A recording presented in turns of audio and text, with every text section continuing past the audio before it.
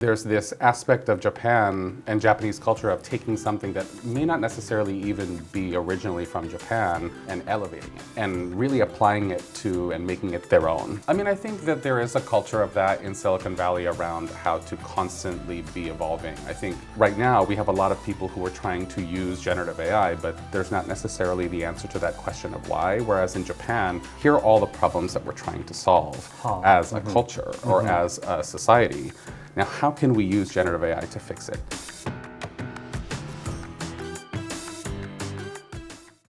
So Greg Bennett, welcome to our show.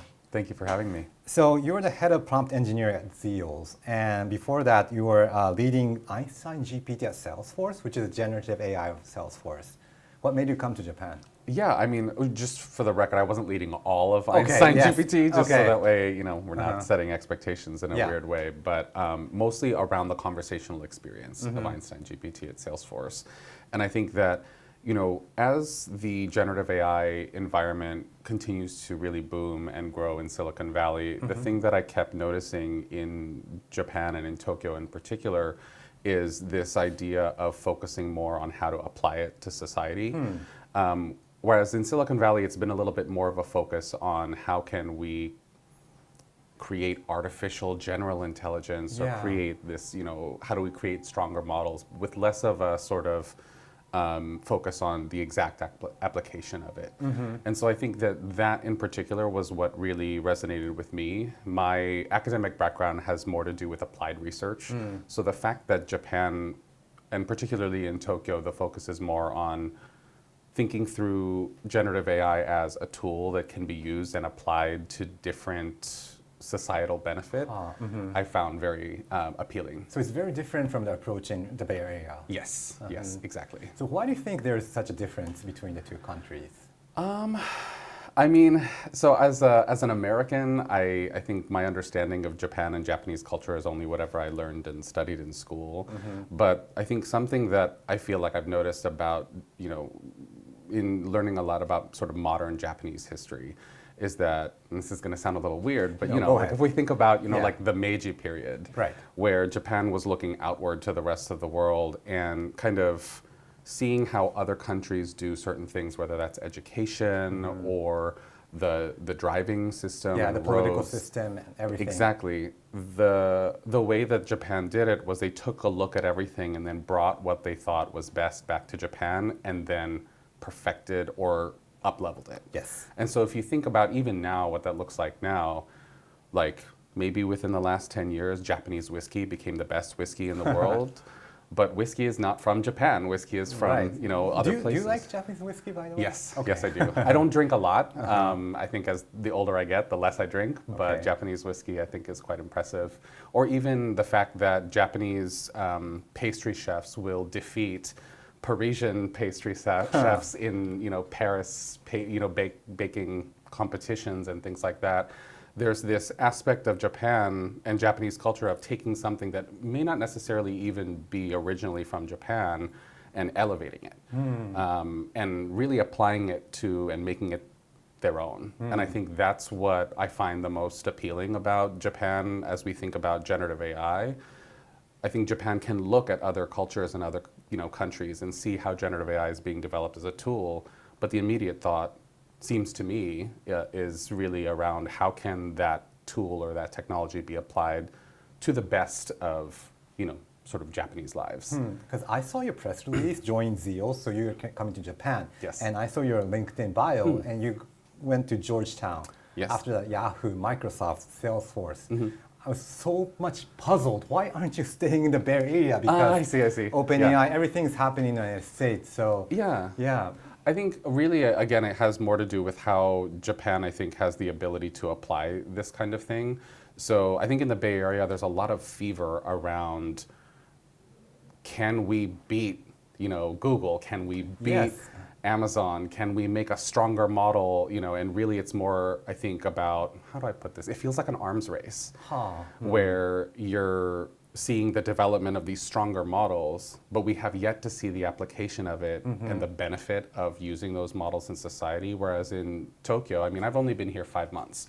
I moved to Japan on January 1st. Is it your first time coming to Japan? Not my first time visiting, but my first time living here, yes. Gotcha. And I think just even in that short time, there's a lot more like advertisements and signage and media around what to do with it, rather than the fact that, oh, look, OpenAI just released GPT-4 Omni, aren't we already living in the future? That's, I think, what I hear out of the West, whereas in Japan, it's, okay, they released this new tool, now what are we going to do with it? Are we going to improve our waste collection? Are we going to improve how we route buses on the streets? Are we going to build a smart city over by Mount Fuji? Like, there's all these different kinds of... It's more practical, do you think? Yeah, I think that's a good word for it. And I've always been more of a sort of practical technologist and researcher. And so I think that aspect has always, been very attractive to me in terms of how Japan approaches generative AI. It's interesting you mentioned that in the United States, especially in the Bay Area, it's all about like disruption, like beating someone. Right, yes. But however, when I see the reports of Sam Altman, he seems like a different guy. He's caring about humanity. Yes. Yeah. He created OpenAI before joining Microsoft. It was more like non-profit organization. Do you see that change, or is it still like disrupt, breaking things culture in the AI field? I mean, I think that there is a culture of that in Silicon Valley around how to constantly be evolving. I think when I see what Sam Altman writes on, Twitter, for example, or X, that it has very much to do with attaining that goal of artificial general intelligence. But my question in response to that is, why? I think for me as a researcher and as a technologist, I've always been trained to ask why. Why are we doing this thing? Yes. What is if we're going to do artificial general intelligence, AGI, what is the goal? Is the goal to make people's lives better? If so, how? And why is there a deficit right now? And how is generative AI or artificial general intelligence going to solve that problem? And that part for me isn't super clear. I think that, it's perfectly fine to have that kind of ambition. But I think right now that why, that what are we going to do with it, that applied piece, for me is what's sort of missing. Do you think Japan can win in this AI competition? That's actually where I think Japan is uniquely prepared to be able to excel in this space. If we think about sort of like the history of sort of, maybe the last 20 or 30 years in technical evolution, this moment that we're in right now reminds me a lot of 2008, where, you saw the boom of mobile apps. Yes. And so at the time, I mean, even I remember being confused, and at that point I hadn't even really started my career yet, but I thought, okay, everyone's making an app, but why? Why do you need an app? What is it going to actually make better for me as a user or as a consumer? I think right now we have a lot of people who are trying to use generative AI, but there's not necessarily the answer to that question of why. Whereas in Japan, it's not a matter of saying we need to use generative AI. Now let's find a reason to use it. It's here are all the problems that we're trying to solve as a culture or as a society. Now, how can we use generative AI to fix it? I think that is what's most compelling to me, and why I think it's different, and potentially why Japan has a unique ability to be able to succeed in this way. Because if we think, like I had said about, how historically Japan will look outside and then figure out how to do that thing and then take it to the next level, I think the way that sort of maybe from a Japanese cultural standpoint, Japan is looking at generative AI, it's more around here are the problems that we have to solve, and how can we not just solve a problem, but then take this experience or the solution to a place that nobody would have thought. So one of our major principles at ZEALS is the idea of bringing Omotenashi to the world. Explain Omotenashi to our audience. That's probably the hardest question in this interview, and now I wish I hadn't said it. No, I'm kidding. You said it, so yes. Go ahead. I mean, I think Omotenashi is, it's hard for me to explain. I think especially as a foreigner, when I think of Omotenashi, I think of almost like the perfect service experience, where there's very much this anticipation of whatever the customer's needs are, but also with the deference toward the customer of not imposing or infringing upon their sovereignty or their desires. And so there's this idea of, well, here I have this thing that I could potentially sell to you, but is this for you?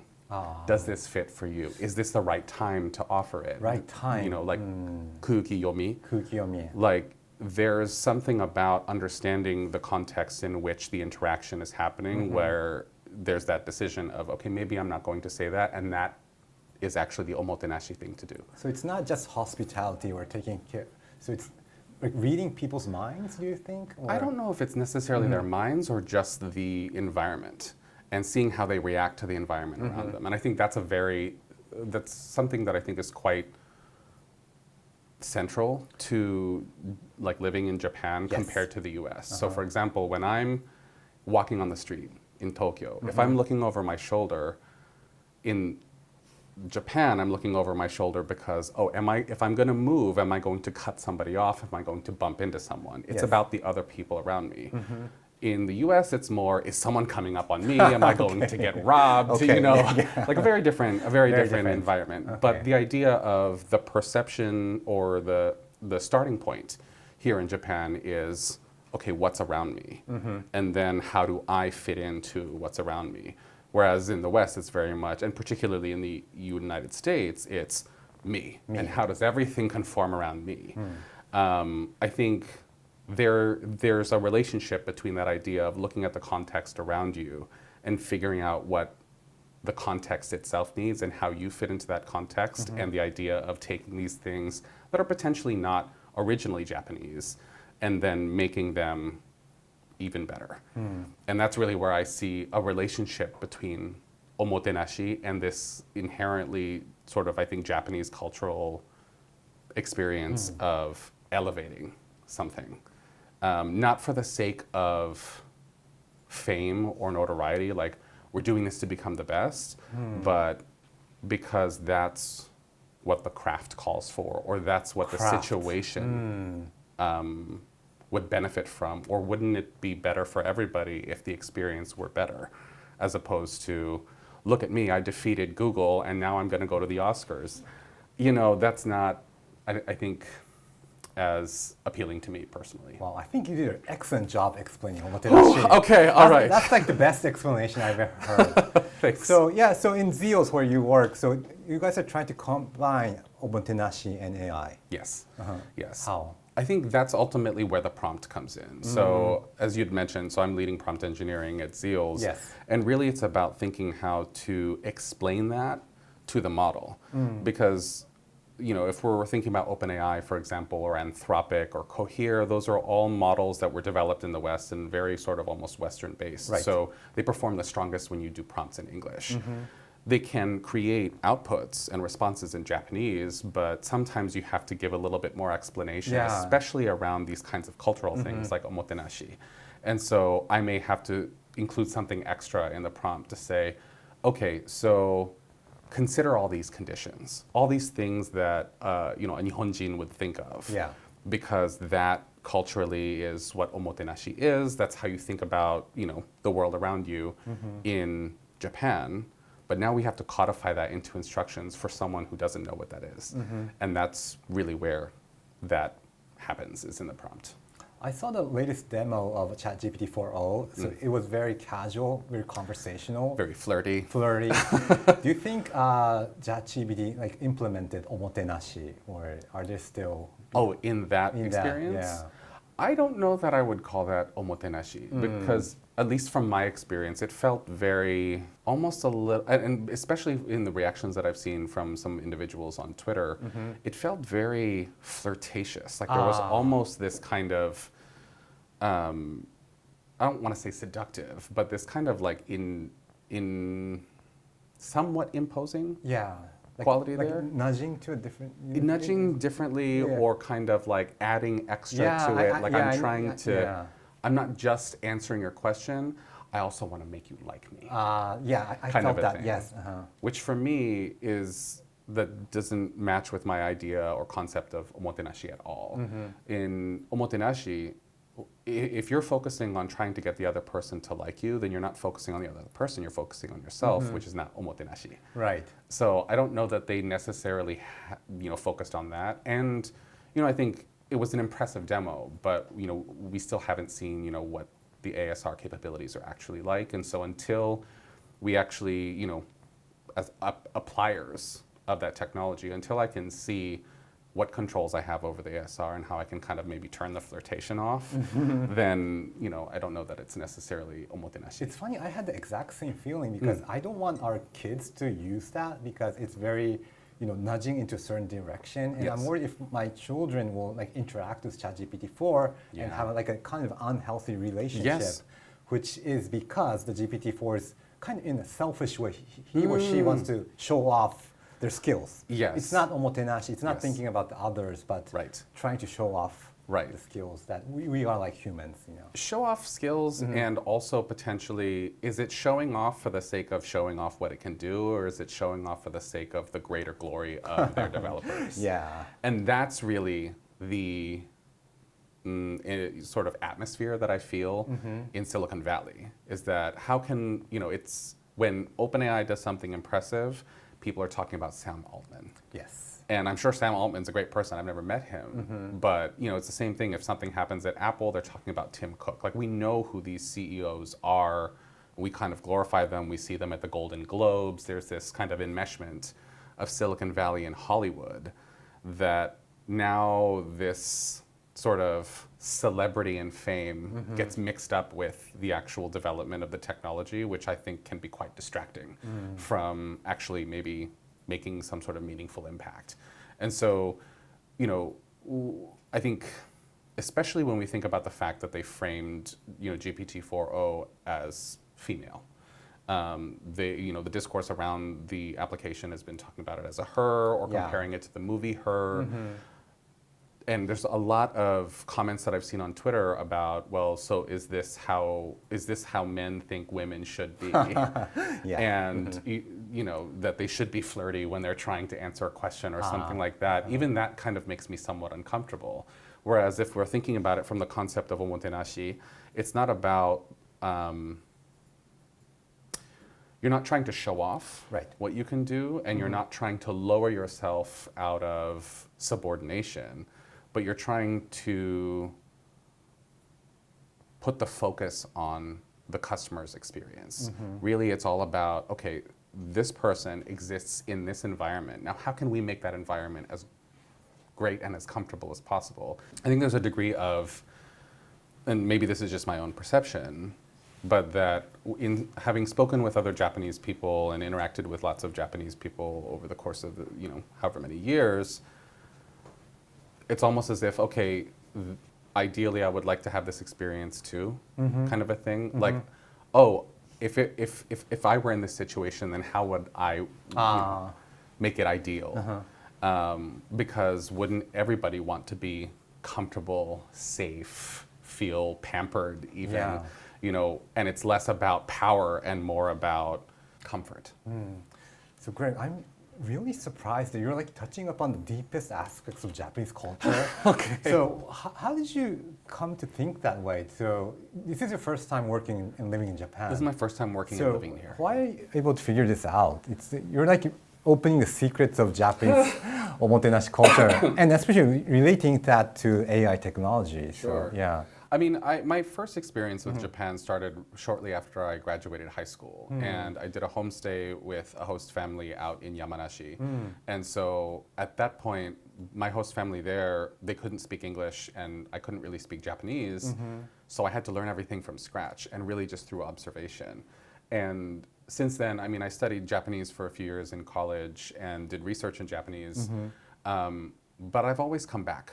A lot of times, whether that's for personal, reasons or for work.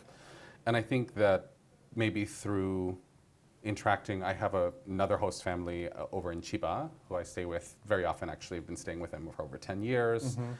I think maybe just in staying with them and with maybe consuming Japanese media, I grew up listening to Japanese popular music. So there's maybe something about how you can kind of understand what's important to a culture through what they say and what they do. And I think for me as a linguist, because my academic background is in linguistics, I can kind of start to see that in how people say things. I think one of the fundamental concepts of linguistics and sociolinguistics in particular, or like how people have conversations, that I learned in my training is that when you say something, you always could have said it in another way, but you didn't say it in another way. You said it the way that you said it, which means that that has to have some value or some reason for you. And so, you know, I could say to someone, this is bad. And why am I saying this is bad as opposed to, well, we could have done that differently. Like there's something different than saying, これまずい versus, それはちょっとですね. Like you can see the slight difference where if you say it very directly, それはまずい, then it's like we need to make it very clear that there's no other interpretation. So in English, it's like that's bad or that's terrible.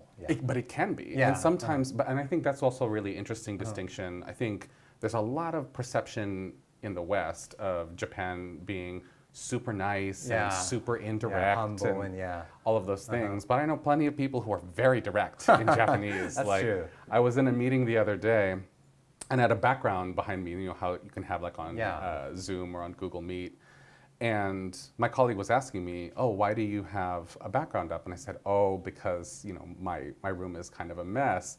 And he said, じゃあたまに掃除してください. And I was like, he said that? Yes. So it means that clean your room. He was literally, He was like, oh, well, then you should clean your room now and then. And I was like, okay, you know, which, you know, I think that, and I think it's hilarious. But I think that that kind of a thing is, you know, you can say that in Japanese. You can totally say those things in Japanese. And you can be very direct in Japanese, just like you can be indirect in English. And so I think I saw on Instagram, I forget the name of the Instagram account, but there was this one, I think he's an influencer who talks about Japanese culture and did a post about how, you know, he might have been 1 minute late for work, but then his boss was lecturing him for 2 hours because he was a minute late for work.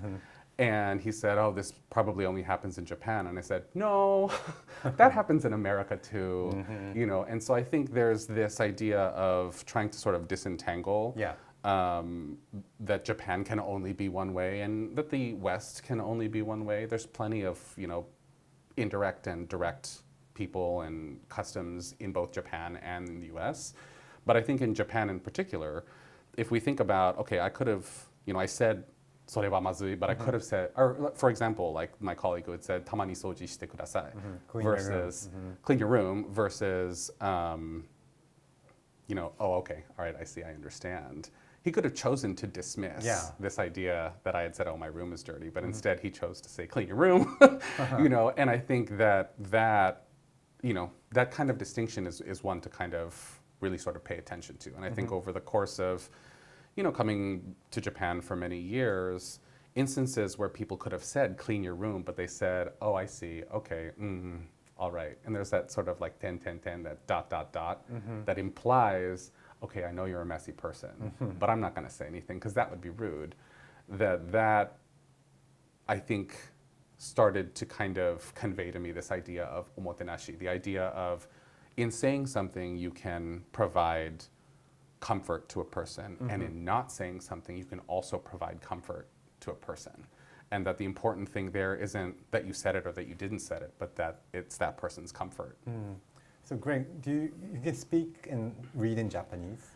I mean, I think enough. You'll have to ask my colleagues at ZEALS how well I do. Ask after the show. Okay. Yes. I ask this question because do you think that learning a language is a way to implement the culture? It's like you are like, you know, absorbing a lot of Japanese music, language. It's like human LLM, you know. Yeah. So do you think learning a language is at the same time it's about learning omotenashi, because in Japanese sentences and words and vocabulary, the omotenashi is so rooted into the words. Do you think that way? Yes. But I'm biased because in linguistics there's a principle around that. The idea that your culture and how you view the world is very much related to how the language itself is structured and how it gets used. So I think that for me, in understanding that, like the fact that you can drop your pronoun or your self-reference. So I don't have to say boku wa or watashi wa. I can just say Tokyo e ikimashita. Yeah, so you don't say I went to Tokyo Station. You say went to Tokyo Station. Exactly, and that the idea that you can even just omit that okay, so there's something about where the whole central idea of you and your self-identity being at the center of everything is less important potentially, whereas in English, if I left out the I and just said, went to Tokyo. Yeah, who went to Tokyo? Who, when, why? Whereas in Japanese, it's the idea of like, well, who else would have gone to Tokyo? You're the one who's talking, it's you. So do you need to say that extra, piece? I think those aspects of the Japanese language, or even like with keigo and sonkeigo, like the honorifics in Japanese and how to speak to people, who are higher than you or lower than you, all of that I think implies the way that Japanese culture kind of sees its own society. And there's honorifics in English too, just not maybe used quite as often, and it's not as stark. And I think once I was taught not just how, like for keigo, for example, or honorifics in Japanese, I think when I was first learning Japanese, I was in the countryside in Yamanashi with my host family, so they first told me I knew how to say things like in desmasu format. So like relatively polite. And they were saying at some point, you need to stop talking like that because it sounds cold. But for me at the time, I was like, this is all I know. So what do you mean? Like, gohan tabemashita. They're like, yeah, gohan tabeta. Like, I ate food versus I ate food in a more like casual or casual way. And I didn't know to make that distinction, but then once they explained it to me that no, if you keep talking in this polite way, it implies that distance means you're not trying to close it, which comes across as cold. And that was, I think, like the first moment that I understood, okay, so there's something about language, distance, relationships with the other person, and how you can either close or play with that distance in order to basically signify how you relate to one another and how you see that other person relating to the context around you. And I think that's really where it started. Interesting. Just give a context for our international audience. So there's a term in keigo in Japan. So you end a sentence with a certain word to show respect to others. But what Greg was saying, that it shows respect, but it also creates a distance. Yes. So it's becoming too cold. So not friendly, not casual. Yeah. So you have to get rid of the keigo and sound friendly, but it's the balance that's the difficult Yes, part. exactly. But then if you want to be, and this is actually the part where I found it kind of fun, in school when I learned that, okay, all right, you can use keigo also to create distance. So I'm like, okay, if we're, somewhat close, or you're trying to get close to me, but I don't like you. But we don't want to be friends. I don't want to be your friend. So I'm going to use keigo on you the whole time, whereas I can't do that at all in English. That's it just, true. That part doesn't quite exist there. And so, I find that very convenient. And it kind of allowed me to really think through, okay, how can I actively construct the distance and the closeness of my relationships around me in Japan just with how I talk? And that's one of the things I love about Japanese, is that it becomes so much, a lot of people say that keiko is really, these honorifics in Japanese are very difficult. And I think they're difficult to keep track of, but I think they're fun.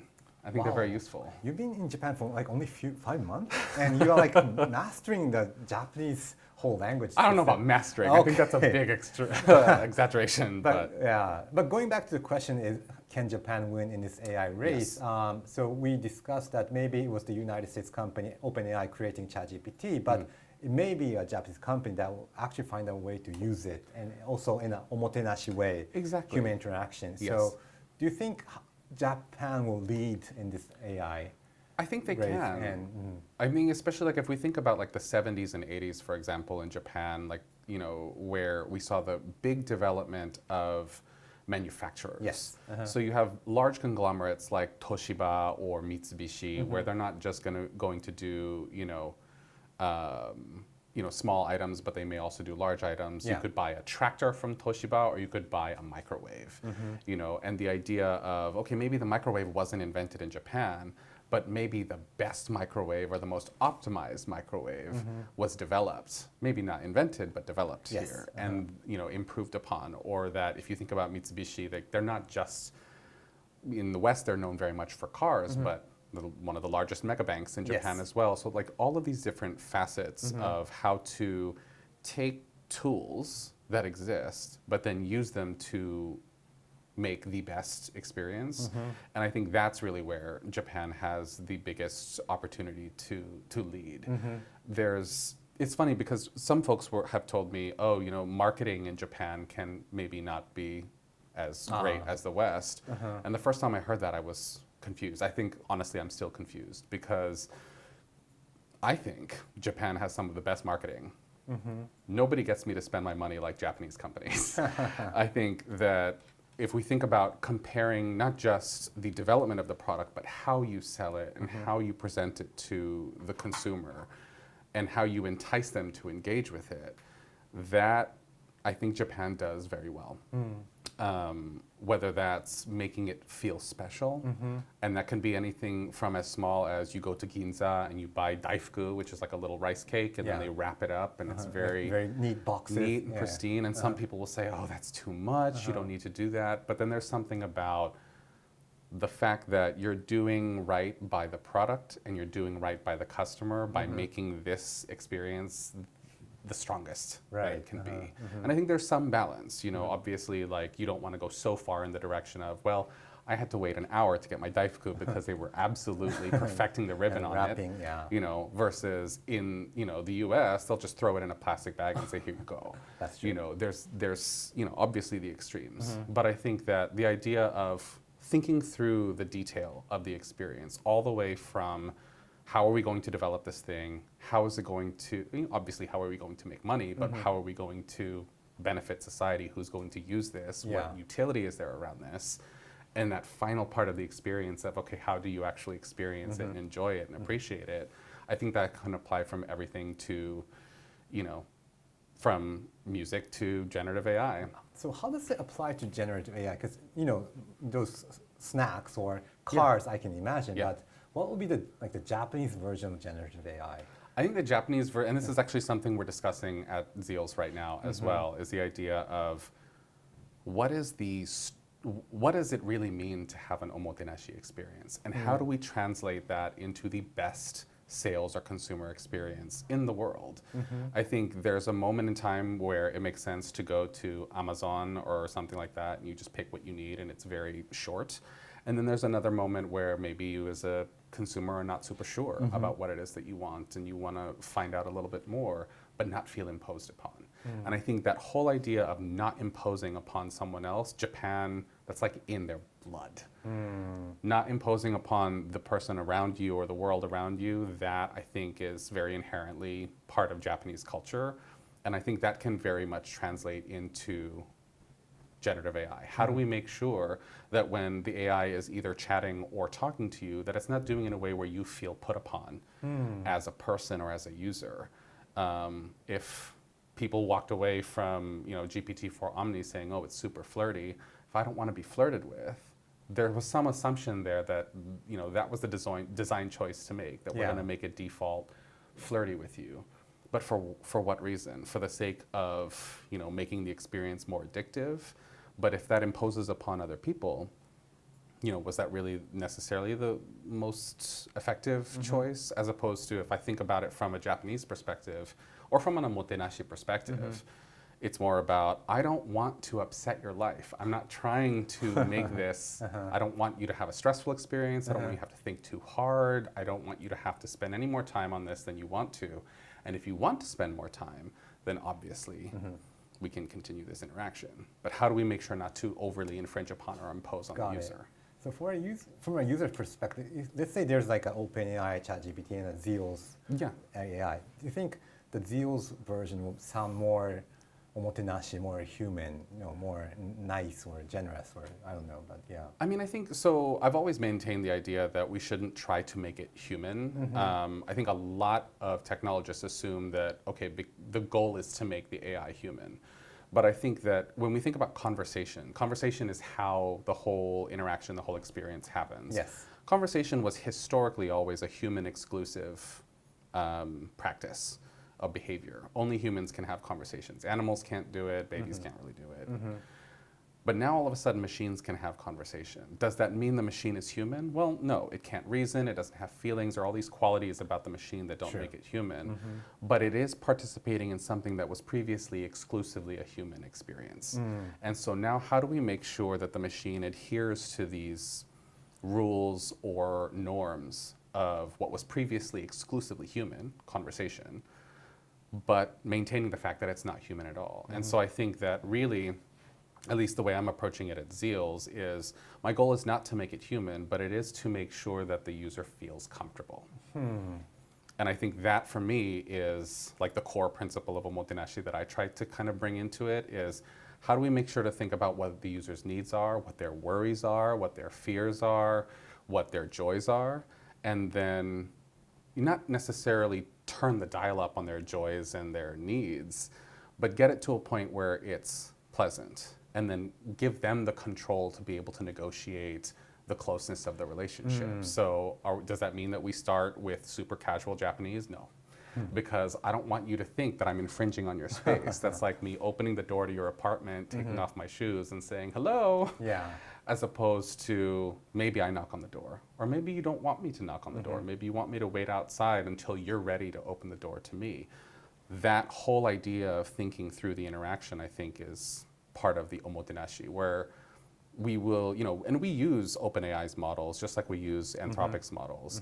But I think the way that we differentiate ourselves is more around how do we leverage the power of those models to bring forth a conversational or an interactional experience that is very much rooted in the best of Japanese interaction and the best of Omotenashi.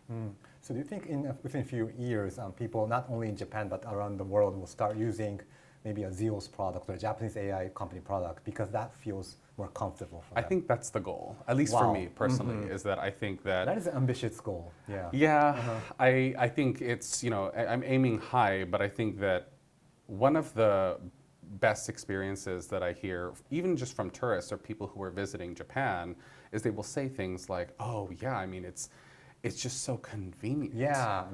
But my question is, why is it convenient? The fact that it's on every street corner, like a convenience store is on every street corner, or that you have, if I wanted to buy water, for example, I don't have to worry about it. But it's not just the fact that access is the reason why it's convenient. It's also the nature of the experience. So for example, if I'm going to a vending machine, I don't have to talk to anybody. Maybe I'm not in the mood to talk to anybody today, and so I just press a button or I tap my phone because my IC card is in it and I can get the water and it's very easy. Or maybe I'm thirsty and I don't find a vending machine nearby and there's a convenience store right there, but when I get in, they're not going to pester me or push me to buy something that I don't want. They're going to just give, I'm going to get my water. Do you need a receipt? No, and you're out. But they speak to you in a very sort of like uniform way. When I go to Famima, Family Mart, or 7-Eleven or Lawson, I'm not going to be greeted in a bunch of different ways. There's a kind of set pattern to it, and there's something comforting about that. What's the word? Consistency. And so I think, when I think about how people talk, especially visitors to Japan, how they talk about how that convenience and that comfort is really nice, that I think is also a reflection of Japanese Omotenashi. Because from a Japanese perspective, they've already thought, okay, so this could be cumbersome for the customer, or this could, cause them to wait, or this could cause the customer some kind of, not necessarily pain, but like some kind of displeasure. And how do we not do that? It's not necessarily about turning the pleasure up to 1,000,000, but how do we make sure to not cause displeasure? And I think that kind of distinction and that sort of balance lends itself to more of a sort of calmer experience, which I think is very attractive to not just in Japan, but across the world. What do you think the future of AI will look like and future of prompt engineering? I mean, I think prompt engineering ideally in the future will become automated. So humans don't have to write down prompts or? Hopefully. Okay. I think especially as we see the technology continuing to evolve, I don't think you necessarily need someone like me to sit down and make a prompt for you. Rather, if we have enough prompts, then theoretically you'll be able to train on it, and maybe even the AI can write prompts for itself. We already see examples of this in different contexts. But I do think that having someone who can understand how to craft the interaction. It's almost like the difference maybe between a screenwriter and a director, where I'm like, okay, right now I'm writing my own movie and I'm directing it and the AI is my actor. But maybe as the AI becomes better at writing and doing its own prompts or whatever, then all I have to do is sit and do the direction and say, okay, not so much of that, a little bit more of this, pull back here, how do we kind of fine tune a little bit? Yeah. It becomes more of an orchestration or an adjustment. I think in terms of the future overall of generative AI, what we're looking at is very soon we'll see the strongest applications of it. And the individuals and the businesses and organizations who are able to really nail a particular experience or a particular vertical in AI, I think are the ones who are going to start to pull ahead. If we think about, like in 2008, the kinds of mobile apps that became really sticky or really prevalent where people kept using it, some of it was dark UX patterns that made people kind of addicted to it. And obviously we don't want to go in that direction with generative AI, but I think that thinking through, how to use generative AI to make waste collection more productive or easier or more sustainable. Someone who can really nail how to make that kind of implementation work will become then that sort of top within that industry. And so I don't necessarily see the industries that we know today crumbling or dissolving, but that the ones who will sort of rise to the top or continue to lead and innovate in that space will be the ones who can harness the power of generative AI to make that experience even stronger. So Greg, why do you think Omotenashi is so special? Because as a Japanese, it's so natural to have Omotenashi. So what's special about it? I think it's hard for me to say what's special about it as a foreigner. I think maybe the reason why it comes across as special to me as an American is because I don't necessarily see it so often in the United States. I think that there's very much this, I've been told that in Japan there's this idea of uchi and soto, like, inside and outside, and whoever's in your in-group is in your in-group and that's who you're close to and everyone else is outside. It's almost kind of inverse in the United States, where it's like I'm thinking about myself first before I think about everyone else around me. Like I'd mentioned before, where if I'm in the train, I'm thinking of everyone else. Am I bumping into someone with my bag as opposed to I don't have enough space? Which I think that's the starting point of those thoughts or those opinions, I think, are what differentiates in my mind, the American approach versus the Japanese approach. I think Omotenashi in Japan, this idea of thinking of that, that experience and that the other person is going to, benefit from and, enjoy and truly feel, comforted. I think that it's hard for me to kind of maybe explain to a Japanese person why that's so important because it's so futsu sugiru. So natural. It's just like, well, yeah, that's just how we think. And I think maybe the only thing I would communicate is not everybody thinks that way in the world, and especially if you leave Japan. If you leave Japan and visit another country, particularly like at least within the United States, it's not necessarily going to be like that. People aren't paying attention to you and where you are in space when they're moving around or in a train or walking on the street. And so I think that isn't to say that Americans don't value it. I think we do value it. And I think there are plenty of Americans who do think of others and, try to make sure that person, especially if like they're visiting my home or something like that as an American, thinking about making them feel welcome. But I do think that there's this idea of, independence is so strong, and that sort of independent nature and me coming first is very important individualism in the United States. And so I think that being able to kind of bring this idea of thinking primarily from the point of view of the other person and how to make them feel comfortable, it's almost like a luxury for the US and potentially for other countries as well. And so I think this idea of making that other person not just feel comfortable, but in many ways even somehow special, that I think is very normal in Japanese, particularly in Japanese service encounters. that could be quite enticing or feel almost luxurious in the West. So Greg, I think we need to wrap up. Any final comments for our Japanese pivot audience? Sure. I think particularly for the Japanese audience, the thing I would like to kind of convey is have that confidence that Japan can succeed.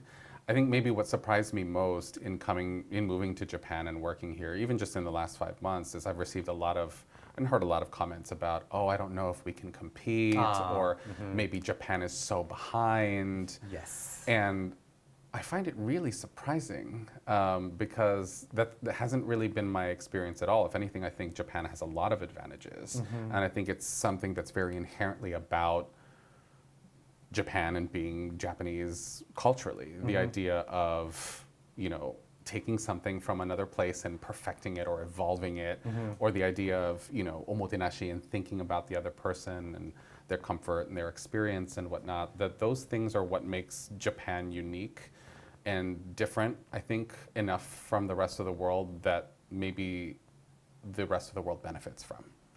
And so some of maybe for example, this is going to sound kind of odd, but the Toto washlet. Toto washlet, okay. So lots of Americans have been coming to Japan lately with tourism, and people are saying, oh my goodness, the Toto washlet, the bidet, it's incredible. We don't have this in the United States.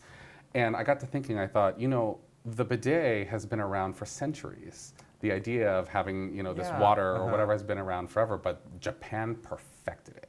Because not only is it just water that you use to clean yourself, the seat is warm, it has maybe some air to clear the odor, Do you see the music? There's music to keep people from hearing you do your business, but that Japan thought of all of that. Okay. And so now in the history of because bidet is an old technology, we're talking about thousands of years, but now the best bidet in history has been developed by Japan.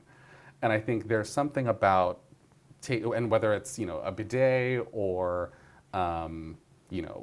whiskey or coffee or whatever it is, that there could be this thing that may have originated from some other place, but Japan took it to a level that nobody really could have thought of.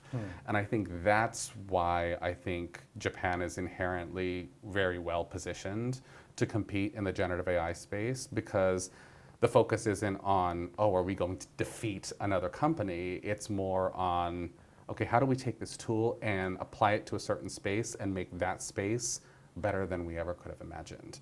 And I think Japan really has that inherent quality. So to do like an AI, like a Toto washlet in the future. It could be, yes, or maybe it predicts, or it could be a Toto washlet. It could be AI coffee. You never really know. Well, I think your words will empower our pivot audience. Thank you so much. I hope so. Yes. Okay. So thank you, Greg, for joining us show. Yes. Thank you for having me.